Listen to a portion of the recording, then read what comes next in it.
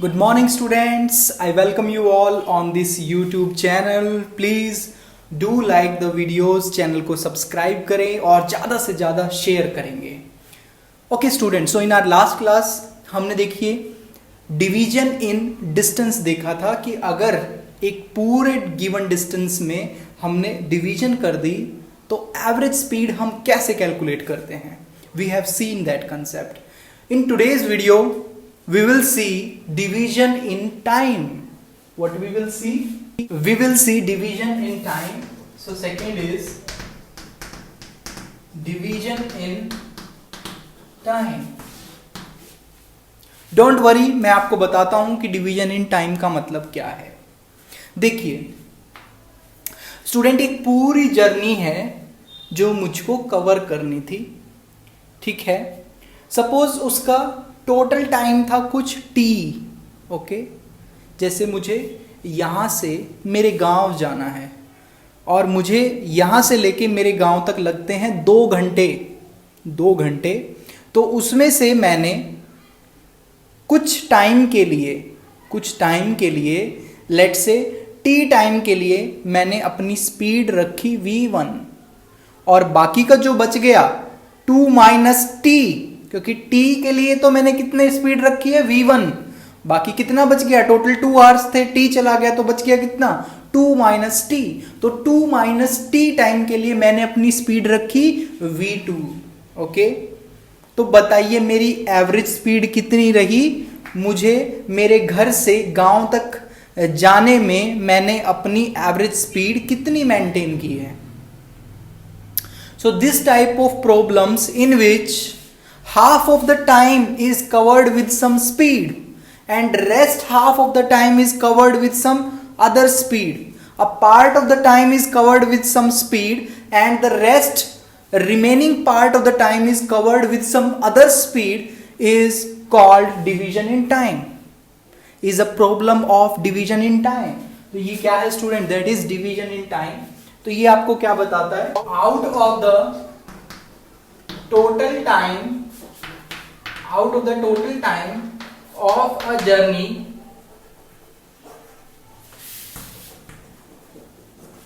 body travels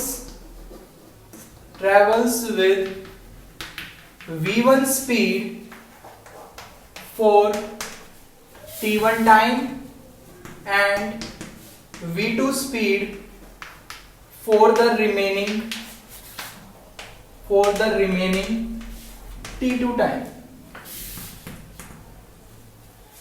So students, let us say body has to go from A to B. मैं मान लेता हूं कि बॉडी को कहां से कहां तक जाना है, A से B तक जाना है. A से B तक का डिस्टेंस उसको कवर करना था. उस डिस्टेंस में, उस पूरे डिस्टेंस में से उसने t1 टाइम के लिए, कितने टाइम के लिए, t1 टाइम के लिए. देखिए ये डिस्टेंस है लेकिन यहां पे मैं टाइम लिख रहा हूं. यहां से यहां तक सपोज उसको t1 टाइम लगता है, यहां से यहां तक कितना टाइम लगता है, t1 टाइम लगता है. तो उसने t1 टाइम के लिए अपनी स्पीड कितनी मेंटेन की है, v1 मेंटेन की है. फिर t2 टाइम लगता है उसको c से b तक जाने में और इसमें उसने अपनी स्पीड कितनी मेंटेन की है, v2 मेंटेन की है. v1 speed, v2 speed, v1 speed, v2 speed. अब देखिए आपको निकालनी है एवरेज स्पीड. तो स्टूडेंट एवरेज स्पीड के लिए मुझे क्या ध्यान रखना है, अपनी आंखें बंद करिए, ध्यान रखिए. फॉर्मूला क्या था, फॉर्मूला था student total distance by total time. Formula क्या था एवरेज स्पीड का, average speed is total distance by total time. लेकिन स्टूडेंट मुझे यहां पे डिस्टेंस तो नजर ही नहीं आ रहा है. There is no distance over here. Time is given, speed is given, time is given, speed is given, no distance at all. लेकिन मुझे डिस्टेंस निकाल सकता हूं मैं, अगर नहीं भी दिया है तो मैं निकाल सकता हूं. कैसे, देखिए a से c तक का distance AC is equal to speed into time v1 into t1. Similarly distance BC is equal to speed into time, that is v2 t2. तो स्टूडेंट ये दोनों डिस्टेंस आ गए मेरे पास. डिस्टेंस मेरे पास आ गया, टोटल टाइम कितना है t1 plus t2, t1 plus t2 is the total time. So total distance पता है मुझे, टोटल टाइम पता है मुझे, तो एवरेज स्पीड निकालना बहुत ही आसान है। अब देखिए एवरेज स्पीड कितनी हो जाएगी, average speed as will be equal to total distance that is v1 t1 plus v2 t2 by total time that is t1 plus t2। तो स्टूडेंट ये आपकी एवरेज स्पीड आ गई। इस केस में when there is some division in time, okay ये तो थी student दो डिवीजन। अगर मैं आपको बोल देता हूं कि पूरी जर्नी का जो टाइम था उसको उस बॉडी ने n टाइम में डिवाइड कर लिया, जैसे कुछ t1 टाइम के लिए v1 स्पीड, t2 टाइम के लिए v2 स्पीड, t3 टाइम के लिए v3 speed and tn time के लिए vn स्पीड है, तो बताइए मुझे एवरेज स्पीड कितनी होगी। तो स्टूडेंट जैसे इसके लिए किया है बिल्कुल वैसे ही आप उसके लिए कर लेंगे। सो इफ टोटल जर्नी, देखिए if total journey is divided into n time intervals that is t1 t2 tn with speed of the object as v1 v2 and so on vn respectively, then we can write students average speed is simply, देखिए दो थे तो क्या लिखा था v1 t1 plus v2 t2, तीन होंगे तो v1 t1 plus v2 t2 plus v3 t3 plus v3 t3 आ जाएगा, और यहाँ पे n है तो क्या लिख देना चाहिए मुझे v1 t1 plus v2 t2 plus v3 t3 and so on vn tn divide by t1 plus t2 plus t3 and so on up to tn।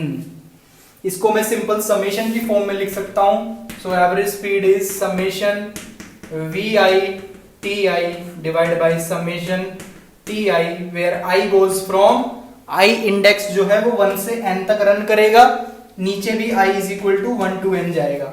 देखिए समेशन का मतलब क्या है कि आप i की वैल्यू पुट करते जाइए और टर्म्स को ऐड करते जाइए। जैसे i is equal to 1 put करूंगा तो कितना आ जाएगा v1 t1 plus next i is equal to 2 v2 t2 plus next i is equal to 3 and so on. तो आप i की वैल्यू पुट करते जाइए और रिस्पेक्टिव टर्म्स को ऐड करते जाइए, यही इसका समेशन का मतलब होता है। It is usually used to squeeze this relation, इस रिलेशन को छोटे से एक रिलेशन में दिखाने के काम आता है। हम इतना बड़ा सा ना लिखते हुए अगर इतनी छोटी सी जगह में लिखना चाहते हैं हमारे रिलेशन को, तो we can use summation. Okay, summation हम यूज कर सकते हैं। ये आपको यही बात बता रहा है, कोई अलग बात नहीं बताएगा। ओके, आइए इस पे एक न्यूमेरिकल हम देख लेते हैं। So students, here is our question. देखिए क्वेश्चन दे रखा है आपको, a body covers a journey by travelling with speed 20 kilometre per hour for half of the time. आपको ध्यान कहां पे देना है, half of the time. Student time की बात हो रही है, टाइम की बात हो रही है, मतलब टाइम के अंदर डिवीजन किया है, ध्यान देना इस चीज पे। For half of the time and with 40 kilometer per hour for the rest half of the time, for rest half of the time find the average speed of the body for the entire journey। आपको निकालना है average speed पूरी journey के लिए। तो student आपको पता है इसमें कि आधे टाइम के लिए 20 किलोमीटर पर आवर है और नेक्स्ट हाफ के लिए 40 किलोमीटर पर आवर है। तो क्यों ना मैं पूरे टाइम को t मान लेता हूं। So let us assume that total time of the journey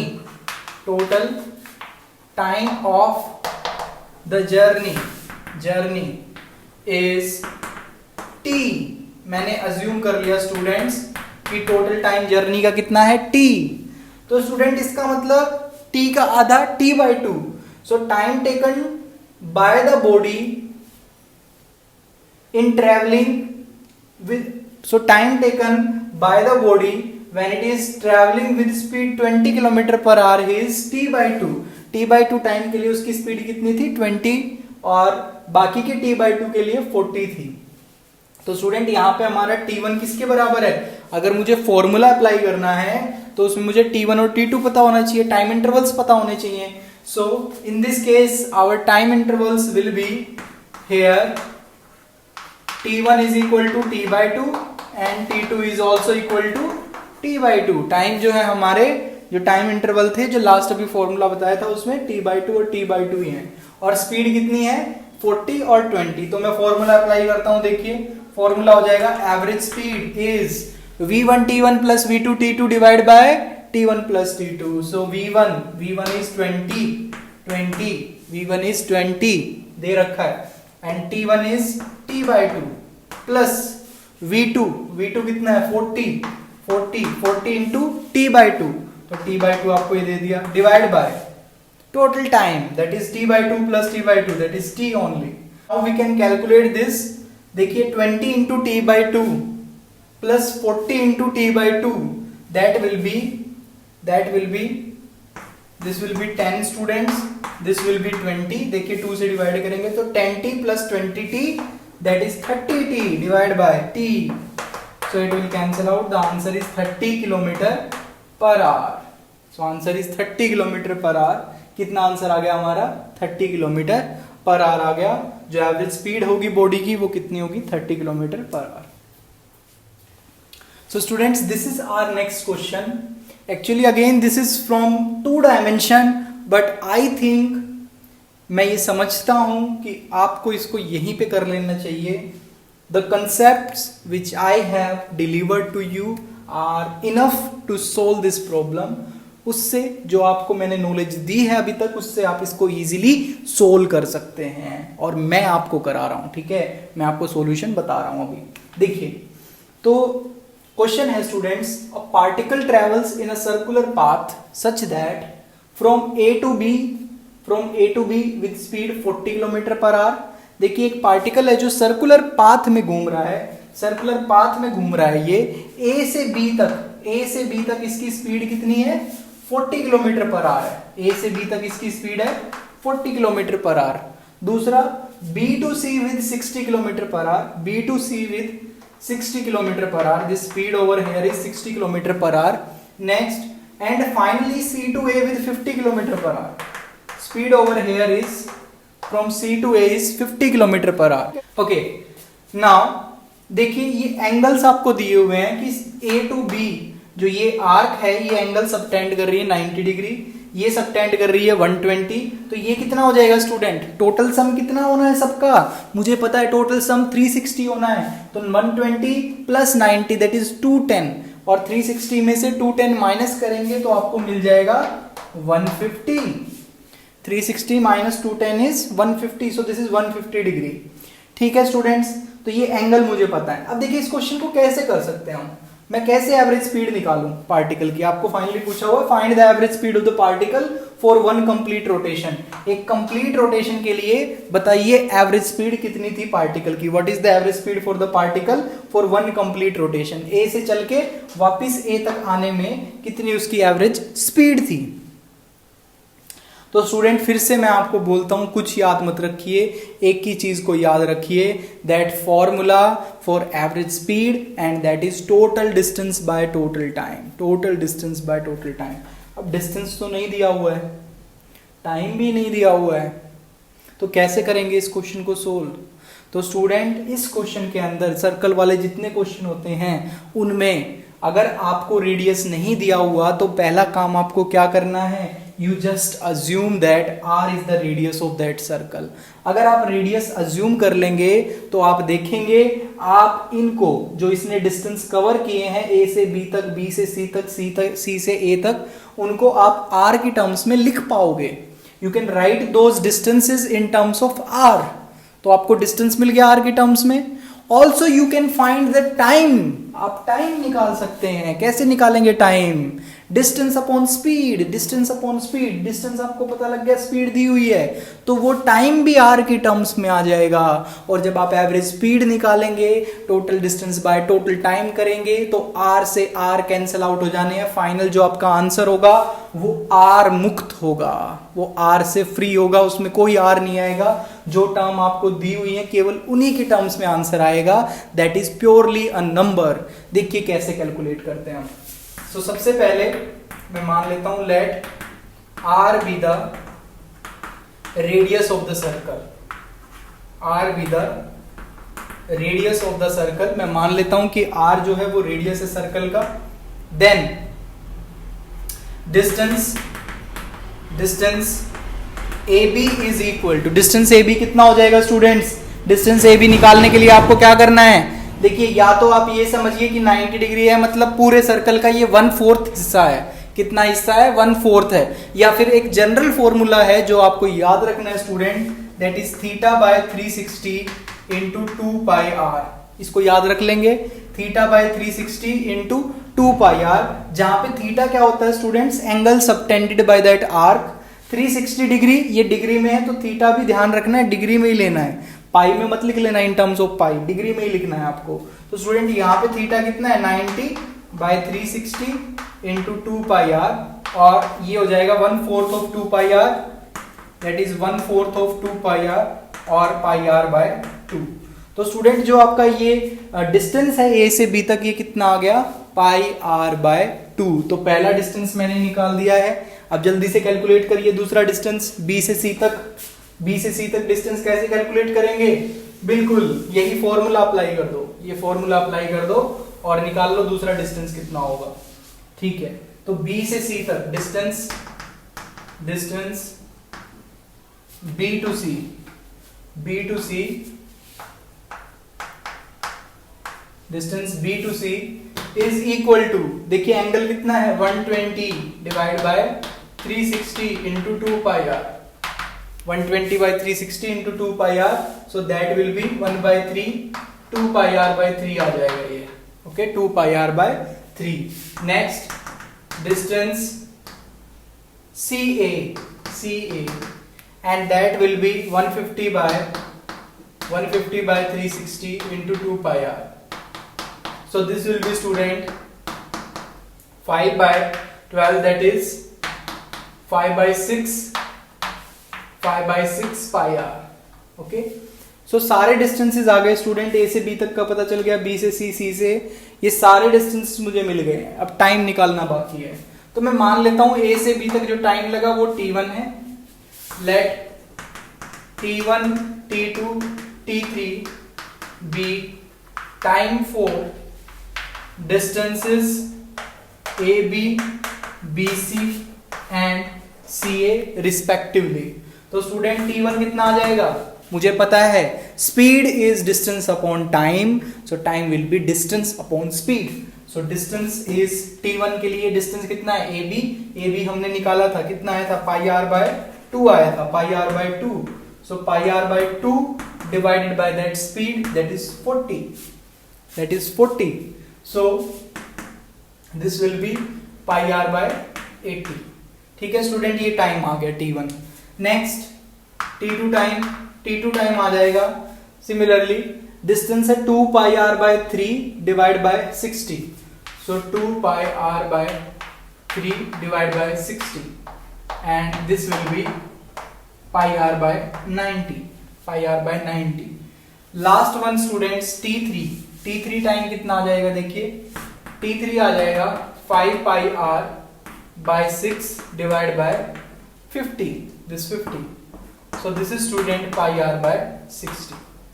और अब तीनों टाइम को ऐड कर दोगे तो टोटल टाइम आ जाएगा, तीनों डिस्टेंसेस को ऐड कर दोगे तो टोटल डिस्टेंस आ जाएगा। ठीक है, now we can write total distance student तीनों को ऐड करने के बाद कितना आना है? 2 पाई आर। आप करके भी देख लेना, 2 पाई आर ही आएगा। सर्कल का जो सर्कमफ्रेंस है वो कितना है? Total distance 2 pi are.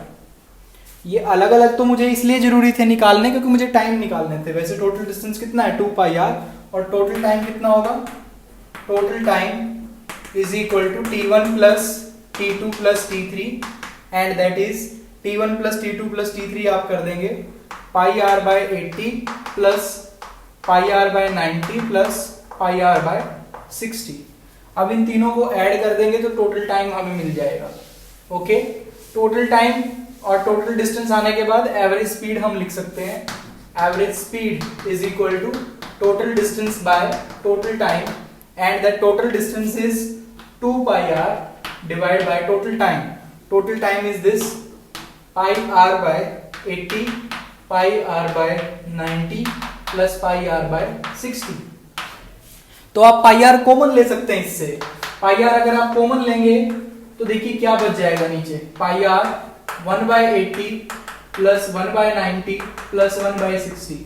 मैंने बोला था स्टूडेंट ये आर कैंसल आउट हो जाना है, so this will cancel out and you are left with 2 देखिए इसका जो एलसीएम है इसमें 1/10 भी वैसे मैं कॉमन ले सकता हूं। अगर आप 1/10 कॉमन लेंगे तो आपका काम थोड़ा सा आसान हो जाएगा।